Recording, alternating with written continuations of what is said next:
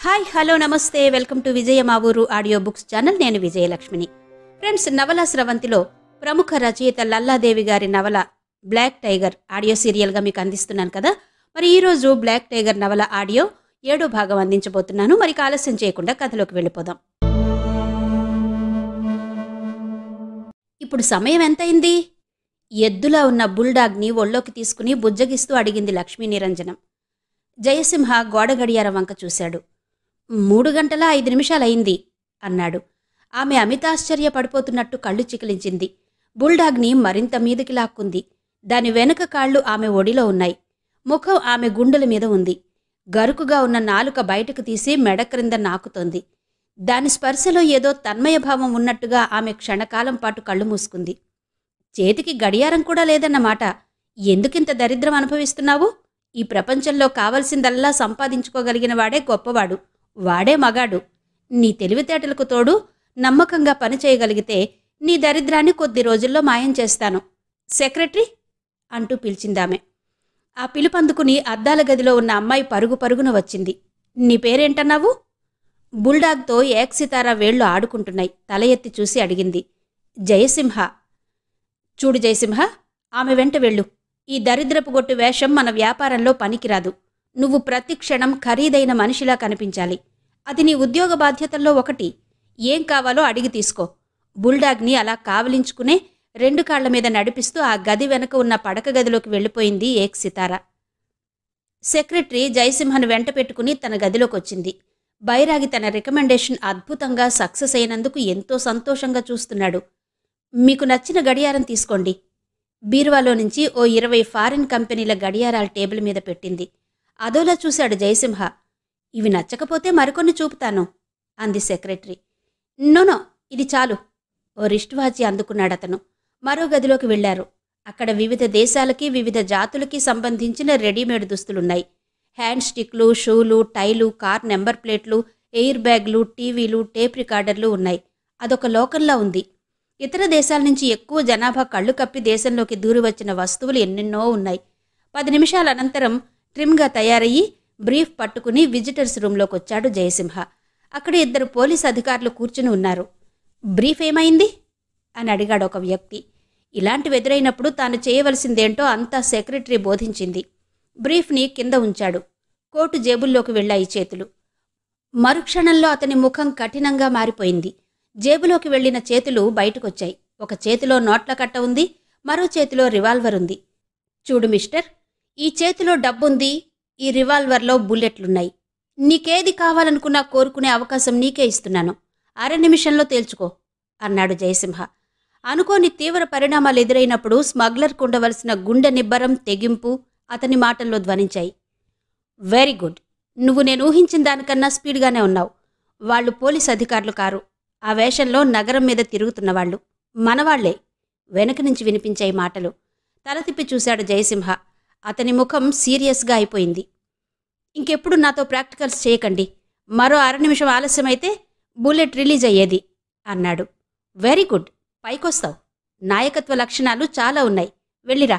4 గంటల 30 నిమిషాలకి సేట్ నట్వర్లాల్ షాప్ నుంచి ఎయిర్పోర్టుకు వెళ్ళిపోతాడు. ఈలోగా ఈ బ్రీఫ్ కేస్ అతనికి అందించాలి నువ్వు అంది ఏక్సితారా బుల్డాగ్ని కిందికి దింపుతూ. బ్రీఫ్ కేస్ తీసుకుని వెళ్ళిపోయాడు జయసింహ. ఎక్కడిది కొత్త ముఖం? ఒకడు ప్రశ్నించాడు. మీ పాత ముఖాలు అప్పుడే పోలీసుల దృష్టికి వెళ్ళాయి. మా స్మగ్లింగ్ వ్యాపారంలో ఎప్పటికప్పుడు తాజా ముఖాలు కావాలి. ప్రస్తుతానికి మన పనులు ఇతని వల్ల అవుతాయి. చాకులాంటి కుర్రాడు. దారి తప్పుతాడేమో, ఫాలో చేయండి. బుద్ధిమంతుడిలా దారిని పడితే వదిలేయండి. అడుగు పక్కకు వేస్తే నిర్దాక్షిణ్యంగా కాల్చిపారేయండి. చిరునవ్వు నవ్వింది సితార. ఆ వ్యవస్థలో ఒక మనిషిని బుల్లెట్స్కి గురిచేయడం ఎంత సునాయాసమో ఆ చిరునవ్వే వివరిస్తోంది. వారిద్దరూ వెంటనే డ్రెస్ మార్చుకుని జయసింహను వెంబడించారు. టైం టేబుల్ ప్రకారం ఇప్పుడు తను బస్టాప్లో ఉండాలి. 8B కోసం ఎదురు చూస్తుండాలి. ఆ ఇద్దరూ దూరం నుంచే గమనించారు. జయసింహ బస్ కోసం ఎదురు చూస్తున్నాడు. మాస్టారు, టైం ఎంతయిందండి? ఎవరో యువకుడు అడిగాడు. 3:30 బదులు చెప్పాడు జయసింహ. 8B ఎన్నింటికొస్తుంది? సిటీ బస్సులు కదా సార్, వాటి దయ. పూర్వకాలంలో వాన రాకడా ప్రాణం పోకడా ఎవరూ చెప్పలేరు అనేవారు. కాలం మారింది కదా. వాన రాకడ చెప్తున్నారు రాడార్ల సాయంతో. ఇప్పుడు సామెతలు కూడా మారాలి. సిటీ బస్సులో రాకడా ప్రాణం పోకడా ఎవరికీ తెలీదు. భలే చెప్పారు మాస్టారు. మీరే బస్కు పోవాలి? మీరు అడిగిన నెంబరే. అదిగో వచ్చేసింది. జామ్మని దుమ్ము రేపుకుంటూ వచ్చి ఆగింది సిటీ బస్. అక్కడ దానికి 1 నిమిషం స్టాప్. కానీ ఇరుకులో నుంచి 25 మంది బయటపడాలి, 25 మంది ఎక్కాలి. ఎలా? భయంకరమైన తొక్కిసలాట. జేబు దొంగలు దాన్ని పెంచి పెద్ద చేస్తున్నారు. ఆడవాళ్లు, పిల్లలు, అర్భకులు హైరాణ పడుతున్నారు. కొందరింకా పూర్తిగా కిందికి దిగలేదు, కొందరింకా ఫుట్బోర్డు మీద నుంచి పైకి రాలేదు. సిటీ బస్ బొయ్యిమని హారన్ మోగించుకుంటూ కదిలింది. చేతిలో ఉన్న బ్రీఫ్లో ఏమున్నాయో, దాని విలువ ఎంతో తెలియదు. జాగ్రత్తగా పట్టుకుని నలువంకలా చూశాడు జయసింహ. ఒంటికాలి మీద నిలబడిన వాళ్లు, పర్సులో చిల్లర కోసం వెతుక్కుంటున్న వాళ్ళు, చంకనెత్తిన పిల్లలు జారిపోకుండా జాగ్రత్త పడుతున్నవాళ్లు, ఎవరి గొడవలో వాళ్ళున్నారు. వారి మధ్య జేబు దొంగలు సరైన జాగాల కోసం తంటాలు పడుతున్నారు. పక్కవాడే జేబు కత్తిరించడం కనిపించినా నోరు మెదిపేందుకు అవకాశం లేని చోటు. జయసింహ బ్రీఫ్లో ఏముందో ఆలోచించే అవకాశం ఎవరికుంది? బస్ మరో స్టాప్లో ఆగింది. అది ఇండస్ట్రియల్ ఏరియా. డ్యూటీలు ముగించుకుని మధ్యాహ్నం ఇళ్లకు పోవలసిన జనం ఎక్కారు. బొటన్ వ్రేలు ఆనించేందుకు కూడా చోటు చాలని బస్సులో మరో 25 మంది దాకా ఎక్కారు. బస్సు బయలుదేరగానే మరో మూల కలకలం బయలుదేరింది. అమ్మో, నా గొలుసు! బాబోయ్, నా గొలుసు! ఓ స్త్రీ కంఠం వినిపిస్తోంది. పోనిద్దు, నకిలీ గొలుసు కదా. కాదు బాబోయ్, బంగారం గొలుసు, లాగేశారు దేవుడో. అయినా అదేం బడాయి, సిటీ బస్సులో బంగారపు గొలుసు పెట్టుకుని ఊరేగాల? అంతే జరగాలి. సమాజం మీద పెంచుకున్న కసంతా కక్కేశాడొక ఆయన. జనం అలజడి, నెట్టుకుంటున్నారు. పెనుగాలిలా విసురొచ్చింది. జరగండి అంటూ తోసేశాడొకడు. చెయ్యి 2 మనుషుల అవతలుంది. తన బ్రీఫ్ తనకే కనిపించడం లేదు. ఆ విసురుకి దూరం జరిగాడు జయసింహ. బ్రీఫ్ చేతి నుంచి వేరైంది. మరుక్షణంలో దాన్ని దొరికించుకున్న వ్యక్తి జనాన్ని ఒక్క తోపు తోసి దారి చూసుకుంటున్నాడు. డోరు వరకు వెళ్లి నడుస్తున్న సిటీ బస్సులోంచి దూకేశాడు. మెరుపులా ఆ వంకకు కదిలాడు జయసింహ. డోర్ దగ్గరున్న ఓ పెద్ద మనిషి అడ్డుకున్నాడు. ఏ, ప్రాణాల మీద ఆశలేదా? నా బ్రీఫ్ తీసుకుపోయాడు, నేను వెళ్ళాలి, దూకని. బ్రీఫ్ పోతే పోయింది, ఈ స్పీడ్లో దూకావంటే ప్రాణాలు కూడా పోతాయి. బస్సు ఆగిందాకా ఉండు. యూ స్టూపిడ్, నన్నొదులు. అతన్ని బలంగా తోసేసి కిందికి దూకాడు జయసింహ. బ్రీఫ్తో దిగిన వ్యక్తి తొందరలో కింద పడ్డాడు. అప్పటికే లేచి దుమ్ము దులుపుకుని బ్రీఫ్ అందుకున్నాడు. తన వైపు వేగంగా కదిలి వచ్చే ఆకారాన్ని చూశాడు. కేవలం 10 గజాల్లోకొచ్చేశాడు. ఆ వ్యక్తి బ్రీఫ్ అందుకుని ట్రాఫిక్ మధ్యలో నుంచి ఉడాయించాడు. జయసింహ వెంటపడ్డాడు. సిగ్నల్స్ దగ్గరకొచ్చాడు. ఒక వంక వాహనాలాగాయి, మరో వంక నుంచి ప్రవాహంలా కార్లు. ట్రాఫిక్ ఆగిపోవడం నుంచి రోడ్డు మధ్యకు పరుగు తీశాడా వ్యక్తి. రెండో వంక నుంచి కార్ల ప్రవాహం ఎదురైంది. ఒకదాని వెంట ఒకటి తరుముకుంటున్నట్టు వరుసగా వస్తున్నాయి. ప్రాణాలకు తెగించైనా వాటి మధ్య నుంచి చొచ్చుకుపోయేందుకు దారి కనిపించలేదు. ఆగిపోయి వెనుతిరిగాడు. అప్పటికే దగ్గరగా వచ్చి కాలర్ పట్టుకున్నాడు జయసింహ. నన్ను కొట్టొద్దు. నీట్గా డ్రెస్అప్ అయి ఉన్న అతడు బ్రీఫ్ కింది కదిలేశాడు. దాన్ని తీసుకున్నాడు జయసింహ. ఈ దృశ్యాన్ని గమనించిన ట్రాఫిక్ సిబ్బందిలో ఒకరు వారి దగ్గరగా వచ్చాడు. ఏం జరుగుతోంది ఇక్కడ? అన్నాడు కోపంగా. ఏం లేదు, త్వరగా పోవాలి, అందుకే రోడ్డుకు అడ్డం పడి పరుగు తీశాం అంటూ బదులు చెప్పాడు జయసింహ. తనని పోలీసులకు అప్పగిస్తాడని భయపడుతున్న ఆ వ్యక్తి హాయిగా ఊపిరి పీల్చుకున్నాడు. అవును సార్, త్వరగా పోవాలి అంతే అన్నాడు. ఇంకోసారి ఇలా జరిగితే పెనాల్టీ కట్టాలి, 30 రూపాయలు. సిగ్నల్స్ పెట్టింది ఎవరిష్టం వచ్చినట్టు వారు పరుగులు తీయడానికి కాదు, నేను కాబట్టి ఊరుకుంటున్నాను. తన మంచితనాన్ని నిరూపించుకుంటున్న అతడు వెళ్ళిపోయాడు. బ్రతుకు జీవుడా అనుకుంటూ బయటపడ్డారు. అక్కడి నుంచి ఆటోలో బయలుదేరి నట్వర్లాల్ బంగారు దుకాణం చేరుకున్నాడు. షాపు బయట నిలబడితే అద్దాల్లో నుంచి ఏసీ చేయబడిన షాపు చాలా విశాలంగా కనిపిస్తోంది. కస్టమర్స్ చాలామంది ఉన్నారు. కౌంటర్లో ఉన్న వ్యక్తి నట్వర్లాల్ అనిపించలేదు. ప్యాంటు షర్టు వేసుకుని ఉన్నాడు. చేతికి వజ్రాల ఉంగరం పెట్టుకున్నాడు. మెడలో లావుపాటి బంగారు గొలుసు వేలాడుతోంది. కస్టమర్స్కి సేల్స్మెన్కి మధ్య జరుగుతున్న ప్రతి సంభాషణ, ప్రతి కదలిక ఎంతో నిశితంగా పరిశీలిస్తున్నాడు. వచ్చేపోయే వారిని 1000 కళ్లతో కనిపెట్టి చూస్తున్నాడు. ఒక కొత్త వ్యక్తి బ్రీఫ్ కేసుతో రావడం, తన వంక పరిశీలనగా చూడడం అతను గమనించాడు. అయితే ఏమీ తెలియనివాడిలా ఉండిపోయాడు. నగరం మధ్యలో నగల దుకాణం కాపాడుకోవడం అనేది ఎంత బాధ్యతాయుతమైన కార్యక్రమం, దాన్నతడు నిరూపిస్తున్నాడు. జయసింహ లోనికి అడుగు పెట్టాడు. నమస్తే సాబ్, వెల్కమ్. నమస్తే నమస్తే. నల్దిక్కులా చూశాడతను. ఏం కావాలి సాబ్? నట్వర్లాల్. కుచ్ జరూరీ కామ్ హై క్యా? హా, జరూరీ కామ్. బైఠే. ఇంటర్కమ్ రిసీవర్ అందుకున్నాడు. పక్కనున్న సోఫాలో కూర్చున్నాడు జయసింహ. బాపూజీ, కొయ్య ఆయా. Someone came to see you. అవతల నుంచి ఏమని వినిపించిందో మరి. తమరిది ఇలాకా చెప్పండి. ఎవరి తాలూకా? భరతనాట్య కళా నిలయం నుంచి వచ్చాను. లక్ష్మీ నిరంజనం సరిగా లేని ఉచ్చారణలో తండ్రికి చెప్పాడు. అందరు చలియే. అద్దాల తలుపు వంక చూపించాడతను. జయసింహ లేవగానే తను లేచాడు. లోపలి వరకు ముందు నడిచి అద్దాల తలుపు తెరిచి పట్టుకున్నాడు. చలియే చలియే, బాపుసాబ్ వహా దేకో. ఆయే సాబ్ ఆయే, పధారియే అంటూ ఆహ్వానించాడు నట్వర్లాల్. జయసింహ అడుగు ముందుకు వేయగానే వెనక నుంచి తలుపులు మూసుకున్నాయి. వాకిలి పక్కనే ఒక వస్తాదు కూర్చుని ఉన్నాడు. అతని దగ్గర రివాల్వర్ కూడా ఉంది. చేతిలో లాఠీ ఉంది. బొద్దుగా మీసాలున్నాయి.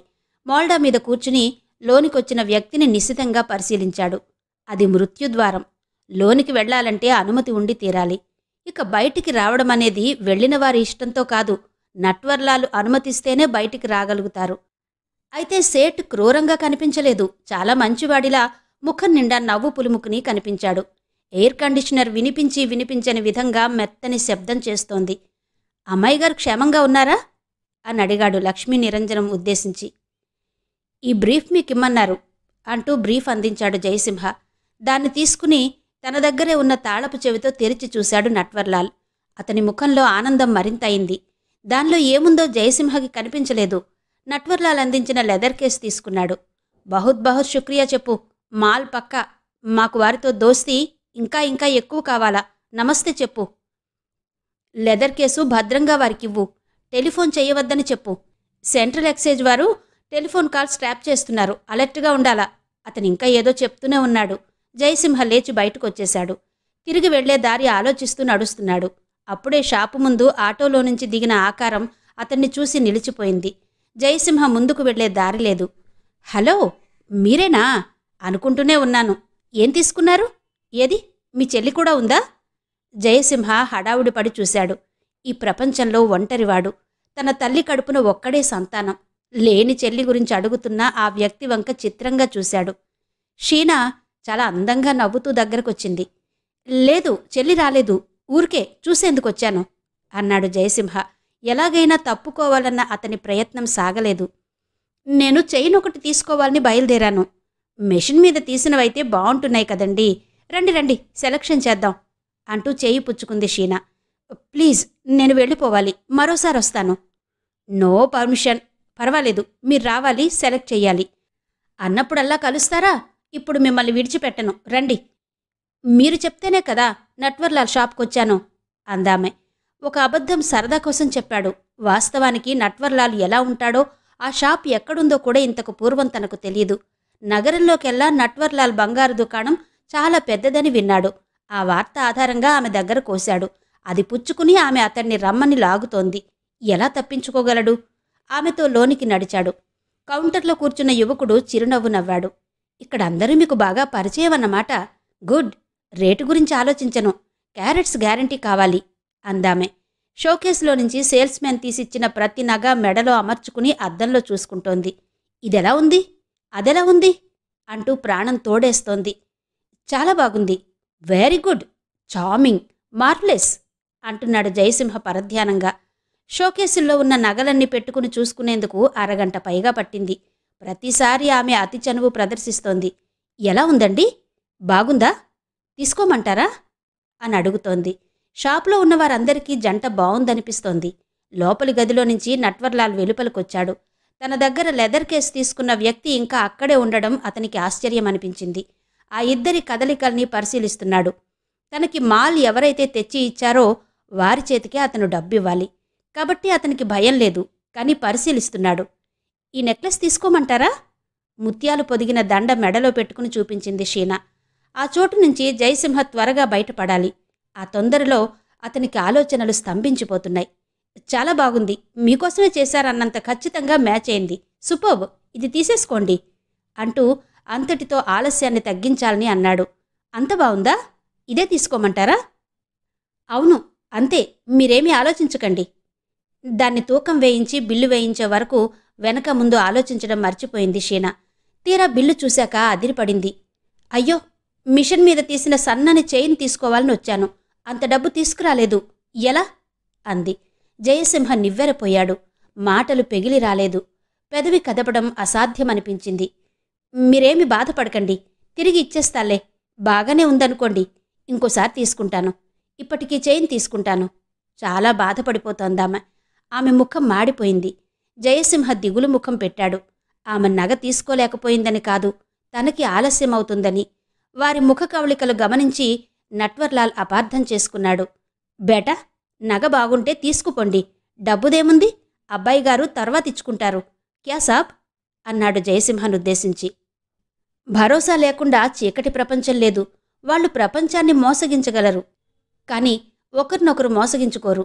ఈ సిద్ధాంతం మీదే ప్రపంచం నడుస్తోంది, చీకటి ప్రపంచం. షీనా చాలా సంతోషపడింది. మీకింత పలుకుబడి ఉందని నాకు తెలియదు సుమా. You are great. డబ్బు ఇంటికెళ్ళి పంపుతాను అంటూ నగని మెడలో నుంచి తీయకుండా తిరిగి వెళ్లేందుకు తయారైంది షీనా. త్వరగా వెళ్ళిపోవాలి. అలాగే అలాగే అంటూ జయసింహ ముందుకి కదిలాడు. సవాయ్ బార్ అండ్ రెస్టారెంట్ దగ్గర ప్రియాంక బ్రిగేడ్ ఒక పెద్ద ఆకర్షణ అయింది. వారంతా జయసింహ కోసం ఎదురు చూస్తున్నారు. నిమిషాలు దొర్లిపోతున్నాయి. ఆ భవనం చాలా పాతది. దాని ముందు సువిశాలమైన మైదానం ఉంది. కొద్ది సంవత్సరాల క్రితం వరకు అది ఓ అమీరుగారి తాలూకా 14 మంది సంతానం అధీనంలో ఉండేది జాయింట్గా. సకల సౌకర్యాలు, విశాలమైన మైదానంలో టెన్నిస్ కోర్టులు కూడా ఉండేవి. కార్లు వెళ్లడానికి వెడల్పైన రోడ్డు కూడా ఉంది. అక్కడక్కడ నియాన్ లైట్లు వెలుగుతున్న అందమైన ఇనుప స్తంభాలున్నాయి. 1-2 చోట్ల ఇనుప కుర్చీలున్నాయి. దానిమీద ట్యాక్సులు కట్టలేక, దాన్ని నిర్వహించే ఖర్చులు భరించలేక అమీరుగారి బహుసంతానం దాన్ని అమ్మేసుకున్నారు. నగరంలోకెల్లా అత్యంత ఆకర్షణీయమైన సవాయ్ బార్ అక్కడ వెలిసింది. జనాకర్షణ కోసం అక్కడ గతంలో స్కిల్ గేమ్స్ పేరుతో పరోక్షంగా జూదాలు నడిచేవి. వాటిమీద ప్రభుత్వ ఆంక్షలు పెరిగిపోయాయి. పోలీసుల నిఘా ఎక్కువైంది. ఇప్పుడు స్కిల్ గేమ్స్ జరుగుతున్నాయి. అయితే వాటి యాజమాన్యం దూరంగా ఉండి ప్రజల చేత నడిపిస్తోంది. ఈ దేశంలో తిండికి లేని వాళ్లు పడే బాధలు ఒక రకంగా ఉంటాయి. బాగా డబ్బుండి పనిలేని వాళ్లు పడే బాధలు మరో రకంగా ఉంటాయి. అలాంటి వాళ్లు స్కిల్ గేమ్స్ నిర్వహిస్తారు. డబ్బున్నవారైనా లేనివారైనా మనిషి అనబడే ప్రాణిలో కొన్ని అద్భుతమైన శక్తులుంటాయి. మనిషిలో ఉండే అద్భుత శక్తులు అకారణంగా బయటపడవు. పరిస్థితులు రావాలి, ఒత్తిడి పెరగాలి. అప్పుడే ఆ శక్తులు నిద్రలేస్తాయి. డబ్బు ఎరచూపించి అలాంటి అద్భుత శక్తుల్ని తట్టిలేపి చూపి ఆనందించడం కొందరికి హాబీ. గ్రీకు రాజులు, రోమ్ సామ్రాజ్య అధినేతలు బానిసల చేత ఇలాంటి ఆటలు ఆడించేవారు. వారికి పదునైన ఆయుధాలిచ్చి బరిలోకి పంపేవారు. శరీరమంతా చిల్లులు పొడిపించుకుని రక్తం కాలువలు కారుతుంటే చూసి ఆనందించేవారు. కండలు తెగి పడుతుంటే, ఎవరి ప్రాణాలు రక్షించుకోవడానికి వారు పడుతున్న తాపత్రయం, ఎదుటివారిని చీల్చి చెండాడే విద్యలో వారు చూపే నైపుణ్యం వారికి సంతోషాన్నిచ్చేవి. ఆ సమయంలో బానిసలుగా అయినా సరే బ్రతికి ఉండడం కోసం ఆ నిస్సహాయ జీవులు పడే తాపత్రయం వారికి మంచి కాలక్షేపంగా ఉండేది. ఆ నిర్భాగ్యులు ప్రాణావసాన సమయంలో పడే వేదన, చేసే ఆర్తనాదాలు వారికి కులాసా ఇచ్చేవి. మరొకరి ఆనందం కోసం రక్తాన్ని కాలువలు కట్టించుకుని, కండలు త్రెంచి పోసుకుని ప్రాణాలను అర్పించుకునేవారు ఆ దురదృష్టవంతులు. అప్పటి రోజుల్లో రాజులు ఏ మాట చెప్పినా అది శాసనం. వారి మనసులోకి ఏ పూట ఏ ఆలోచన వచ్చినా అదే చట్టం. ఇప్పటి సమాజానికి చట్టాలు నిబద్ధమై ఉన్నాయి, కానీ మనిషిలో ఆ ఎలిమెంట్ మారలేదు. చట్టానికి అనుగుణంగా రూపాన్ని మార్చుకుని ఇంకా సజీవంగానే ఉంది. బాక్సింగ్ అలాంటిదే, సర్కస్ అలాంటిదే. మరొకరి కాలక్షేపానికి ప్రాణాలను తెగించి పనిచేయడం. పర్వతారోహణ, జిమ్నాస్టిక్స్ పరిష్కరించబడిన వాటి రూపాలు. అమ్యూజ్మెంట్స్ నిర్వహించుతున్నందుకు ఔత్సాహికులు యాజమాన్యం వారికి 1000 రూపాయలు చెల్లించాలి. ఎంట్రీ ఫీజు ఎంతైనా నిర్ణయించుకోవచ్చు, అది వారిష్టం. నోటీస్ బోర్డు మీద వ్రాయించారు. ఆకర్షణీయమైన పోటీ, ప్రైజు 1,00,000 రూపాయలు నగదు. నగరమంతా ప్రచారమైపోయింది. వందల సంఖ్యలో జనం వచ్చారు. పోటీలో పాల్గొనేందుకు కొందరు, చూచి ఆనందించేందుకు మరికొందరు. సమయం దగ్గర పడుతోంది. జయసింహ ఇంకా రాలేదు. అతని కోసం ఎదురు చూస్తోంది ప్రియాంక. అంతకన్నా ముందే వచ్చి చేరుకుంటాడన్న జయసింహ ఎందుకు రాలేదు? ఈ పోటీల్లో అతను గెలవాలి, గెలిచి తీరాలి. తన చేతుల మీదుగా 1,00,000 రూపాయలు అతనికి అందించాలి. వాటిని తీసుకున్న తర్వాత వెన్నంటాలి. చేసి ఆ డబ్బు ఎక్కడికి పంపుతున్నాడో ఆ వివరాలు తెలుసుకోవాలి. అప్పుడు కానీ అతని వెనక ఉన్న జీవిత రహస్యం తెలీదు. లాటరీలో 10 లక్షలు పోగొట్టుకుని వాటి కోసం ప్రాణాల్ని కూడా పణంగా ఒడ్డి తిరిగి పొందాలని ప్రయత్నిస్తున్నాడు. తానేమో అతని వెనక ఉన్న రహస్యాన్ని తెలుసుకోవాలని ప్రయత్నాలు చేస్తోంది. ముందుగా ఎవరు జయిస్తారు? ప్రియాంక చాలా టెన్షన్ అనుభవిస్తోంది. జయసింహ ఎక్కడున్నాడు? ఏమయ్యాడు? వస్తాడా లేదా? వస్తావనే అనుకున్నాను. అనుకున్న సమయానికే వచ్చావు. థ్యాంక్స్. Very good. ఈ దారిలో నువ్వు మరింత వేగంగా పయనించాలని, మరింత బాధ్యతాయుతంగా పనిచేయాలని కోరుకుంటున్నాను. అప్పుడు నువ్వు సమస్యలుగా అనుకుంటున్నవి సమస్యలుగా కనిపించవు. చాలా సహజంగా జీవితాదర్శాన్ని సాధించగలుగుతావు. గో ఎహెడ్ అంటూ అభినందించి భుజం తట్టి ప్రోత్సహించింది ఏక్ సితారా అలియాస్ లక్ష్మీ నిరంజనం. గూండా మార్కు పడిపోయి పోలీసుల దృష్టిలో చిక్కుకున్న మనుషుల వల్ల ఆమెకు చాలా సమస్యలు ఎదురవుతున్నాయి. క్షణక్షణం గూండాల వల్ల దిగులవుతోంది. ఇప్పుడు కొత్త ముఖాలు కావాలి. ఇలాంటి చురుకైన వాళ్ళు, చాలా త్వరగా డబ్బు సంపాదించాల్సిన అవసరం ఉన్నవాళ్లు తనకు కావాలి. కొత్త ముఖాల్ని రంగంలోకి ప్రవేశపెడితే పనులు సులభంగా అవుతాయి. వారి పేర్లు వివరాలు పోలీసులకు చేరిపోయేలోగా చాలా పనులు పూర్తయిపోతాయి. ఆ తర్వాత మరొకడు. ఆమె తనని పొగుడుతున్న కారణమేంటో జయసింహ గ్రహించాడు. నేను పొగడ్తల కోసం ఈ పని చేయలేదు. డబ్బు కోసం చేశాను. నా డబ్బులు నాకిస్తే వెళ్ళిపోతాను అన్నాడు. పక్క గదిలోకి వెళ్ళి డ్రెస్ మార్చుకుని వచ్చాడు. మళ్ళీ తన మామూలు రూపం. చూడగానే నిరుపేద నిరుద్యోగి అని తెలిసిపోయేలా. ముందు కాళ్ళు గుండెల మీద, వెనక కాళ్ళు ఒడిలోనూ ఉంచి ముఖంలోకి చూస్తున్న సీమకుక్క పిల్లని భుజం మీదకి ఎత్తుకుని పక్క గదిలోకి వెళ్ళిపోయింది ఏక్ సితార. ఆ గదిలో ఉన్న ఖరీదైన విదేశీ ఫర్నిచర్స్ వంక, వెస్ట్రన్ స్టైల్లో ఉన్న పెయింటింగ్ వంక చూస్తూ కూర్చున్నాడు జయసింహ. ముందుగా గదిలోకొచ్చింది లక్ష్మీ నిరంజనం సెక్రటరీ. ఒక ట్రే తీసుకుని వచ్చింది. దానిలో పాలిథిన్ పేపర్లో చాలా అందంగా ప్యాక్ చేసిన డ్రెస్ ఉంది. విదేశీ మద్యం బాటిల్ కూడా ఉంది. ఏం కావాలో తీసుకోండి. ట్రే అతని ముందుంచింది. 10,000 రూపాయలు లెక్కించి ఉంచిన ప్యాకెట్ అందుకున్నాడు. ఇది చాలు అన్నాడు ముక్తసరిగా. ట్రే తీసుకుని తిరిగి వెళ్ళిపోయింది సెక్రటరీ. మరు నిమిషంలో కుక్కపిల్ల చెవుల్ని మునిపళ్లతో సుతారంగా నొక్కుతూ ఆ గదిలోకొచ్చింది ఏక్ సితార. ఈ డబ్బు ఏం చెయ్యాలనుకుంటున్నావు? చాలా అనవసరమైన ప్రశ్న అన్నాడు జయసింహ. అంతగా చెప్పకూడని రహస్యం అన్నమాట. నాకేంటి, ఎవరికైనా డబ్బు కావాలి. ఎందుకు అనే ప్రశ్నకి ఎవరి సమాధానాలు వారికుంటాయి అన్నాడు జయసింహ. అవసరమేంటో తెలిస్తే సాయం చేద్దామని. జాలి, సానుభూతి, సహాయం ఇలాంటివి నేను భరించలేను. మరి మళ్ళీ డబ్బు కావాలంటే ఏం చేస్తావు? నా జీవితం వడ్డించిన విస్తరి కాదు. ఏ పూట ప్రయత్నం ఆ పూటే. మరికొద్దిసేపటి తర్వాత ఏ పని చేయాల్సి వస్తుందో నాకే తెలీదు అన్నాడు జయసింహ. That's good. నీలాంటి వాళ్లే నాకు కావాలి. మళ్ళీ ఎప్పుడు కనిపిస్తావు? నీ అడ్రస్ ఇచ్చి వెళ్ళు. అడ్రస్ ఉండే మనుషులు మీ దగ్గరకు రారు. ఆ విషయం మీకు తెలుసు. నా అవసరం ఉన్నప్పుడు నోబుల్ పార్కుకొస్తే నేను కనిపించే అవకాశాలుంటాయి. నువ్వు ఎప్పుడూ అక్కడే ఉంటావా? ఎప్పుడైనా ఉంటాను. ఎన్నో పనుల మీద తిరుగుతుంటాను. అయినా నా చోటు అని చెప్పుకునేందుకు మరే చోటు లేదు నాకు. నేనే కావాలనేమిటి? ఈ పనులు చేసేందుకు మీకు చాలామంది ఉన్నారు. కానీ వాళ్లకి ప్రాణాల మీద తీపి పెరిగిపోయింది. డబ్బు లేనప్పుడే మనిషి తెగిస్తాడు. కానీ కొంత డబ్బొచ్చాక, జీవితానికి ఒక హామీ దొరికాక మునిపటిలా తెగించాలనుకోడు. ప్రమాదాలకి దూరంగా ఉండాలని, సురక్షితమైన మార్గంలో నడవాలని అనుకుంటాడు. తాను చిక్కిపోతాననుకున్న చోట మాలొదిలేసి తప్పుకుపోతాడు. ప్రస్తుతం మా వాళ్ళు ఆ దశలో ఉన్నారు అంది ఏక్ సితార. కొత్త ముఖాలు కావాలని మీరనుకుంటారు. కొత్త ముఖాలొస్తే మా సంపాదన పడిపోతుందని పాతవాళ్ళు అనుకుంటుంటారు. ఇది ఎంత ప్రమాదకరమైన చోటయింది నాకు తెలుసు అన్నాడు జయసింహ. ఇక్కడ నీకు పూర్తి రక్షణ కల్పిస్తాను. కాంట్రాక్టు పద్ధతి మీద పనిచేస్తావా? నెలకు 50,000 ఇస్తాను. 5 లక్షల ముందుగా ఇవ్వాలి మరి అన్నాడు జయసింహ. 10 నెలలు అడ్వాన్సా? అసలు 10 రోజుల తర్వాత నువ్వు నేను క్షేమంగా ఉంటామని గ్యారంటీ ఏంటి? అదేం కుదరదు. ఏ నెల జీతం ఆ నెల ఇస్తాను అంది ఏక్ సితార. 29 రోజుల డ్యూటీ పూర్తయ్యాక 30వ రోజు మీరు నేను క్షేమంగా ఉంటామని గ్యారంటీ ఏంటి? ఈ పద్ధతికి నేనొప్పుకోను అన్నాడు జయసింహ. ఇలా నన్ను మభ్యపెట్టాలని, మోసగించాలని మరోసారి ప్రయత్నం చేస్తే ఇంకోసారి మీరు పిలిచినా రాను అన్నాడు. అలా అనను. ఎప్పటికప్పుడు కాంట్రాక్ట్ కుదుర్చుకుందాం. వెళ్ళిరా. కుక్కపిల్లకి బిస్కెట్ అందిస్తూ లేచింది ఏక్ సితార. Thank you. అదే నాకు ఇష్టం. జయసింహ ఆ గది నుంచి బయటపడ్డాడు. సమయం దగ్గరవుతోంది. సవాయ్ బార్కి వెళ్ళాలి. చురుగ్గా నడుస్తున్నాడు. కొద్ది రోజులు ఊపిరి పీల్చుకునేందుకు అవకాశం దొరికింది. గవర్నమెంట్ హాస్పిటల్కు దగ్గరకొచ్చాక నడక వేగం ఆగిపోయింది. బాంబే నుంచి వచ్చిన డాక్టర్ ఇచ్చిన అడ్రస్ మనసులోకొచ్చింది. గుర్తుల ప్రకారం ఆ ఇంటికి చేరుకున్నాడు. ఫ్లైట్కి వెళ్లే సమయం అయింది. తన కోసమే ఎదురు చూస్తున్నట్టుగా కూర్చుని ఉన్నాడు. దూరం నుంచి తాను కనిపించగానే పక్కనున్న వారితో ఏదో చెప్పాడు. వారు లేచి వెళ్ళిపోయారు. మరో 10 నిమిషాల ముందుగా వస్తే బావుండేది. దట్స్ రైట్, ఇప్పటికైనా వచ్చావు కదా, డబ్బు తెచ్చావా అన్నాడతను. తెచ్చాను. 10,000 ప్యాకెట్ అందించాడు జయసింహ. 5 లక్షలు ఇస్తానన్నావు, గుర్తుందా?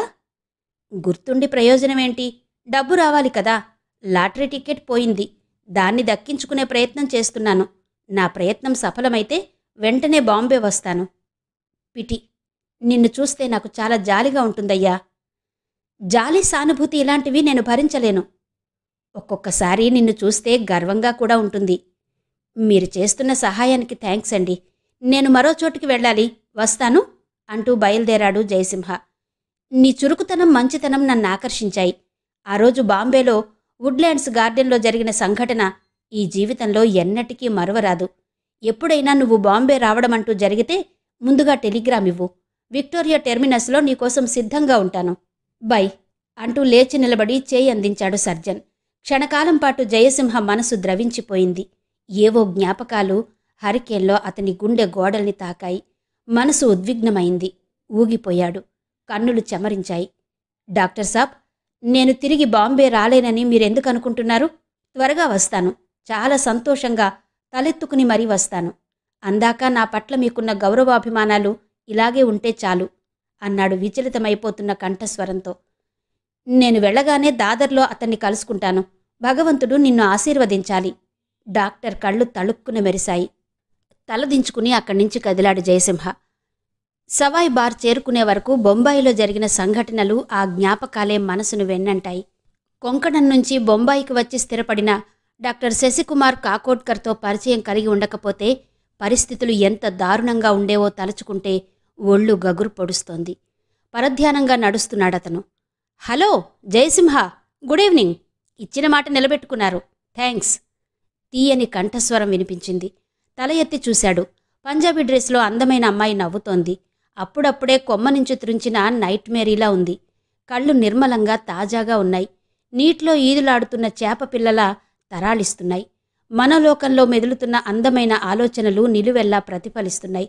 దగ్గరగా వచ్చి చేయి అందించింది. రోజా పువ్వుల రేకుల్లా ఉన్న అందమైన చేయి నొక్కి వదిలాడు.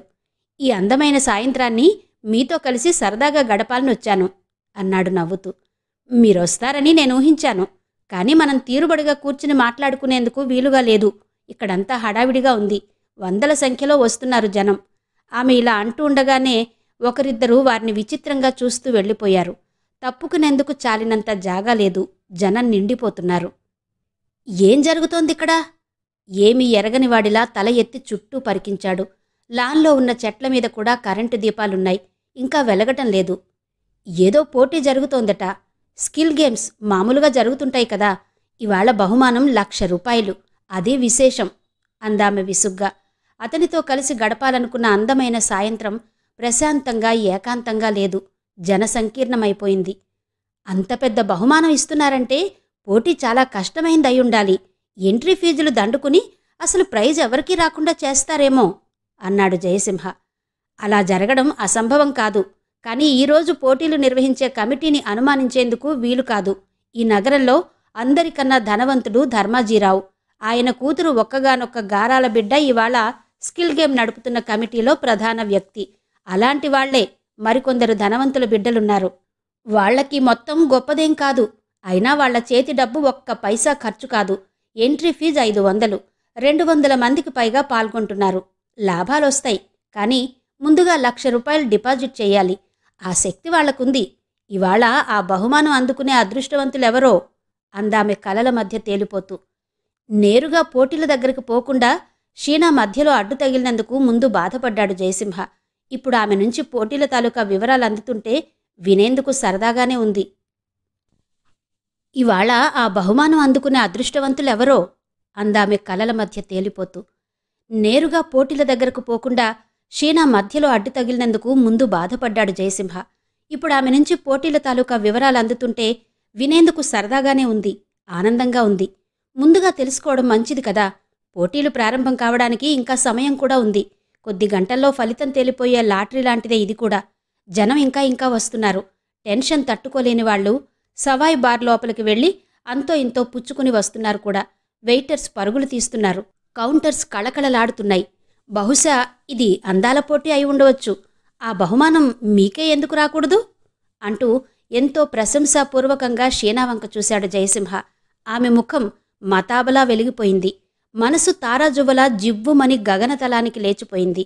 ఆమెకు రోజులో కొన్ని వందల సార్లు అద్దంలో తన ప్రతిబింబాన్ని చూసుకోవడం అలవాటు.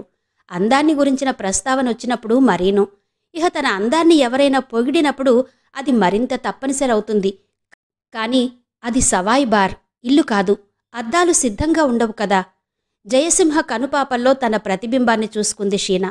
అది అందాల పోటీ కానందుకు చాలా బాధపడిపోయింది. ఈ ప్రైజ్ నాకొచ్చే అవకాశం లేదు. ఎందుకంటే ఇది అందాల పోటీ కాదు, టాలెంట్స్కి సంబంధించింది. బహుశా ప్రమాదకరమైంది కూడా కావచ్చు. పోటీ ప్రమాదకరమైతే పర్మిషన్ ఎలా ఇస్తారు? మరి ₹1,00,000 బహుమానం అంటే మాటలా? కమిషనర్కి చెప్పి పర్మిషన్ తెచ్చుకోవడం వాళ్ళకి కష్టమైన పనేమీ కాదు.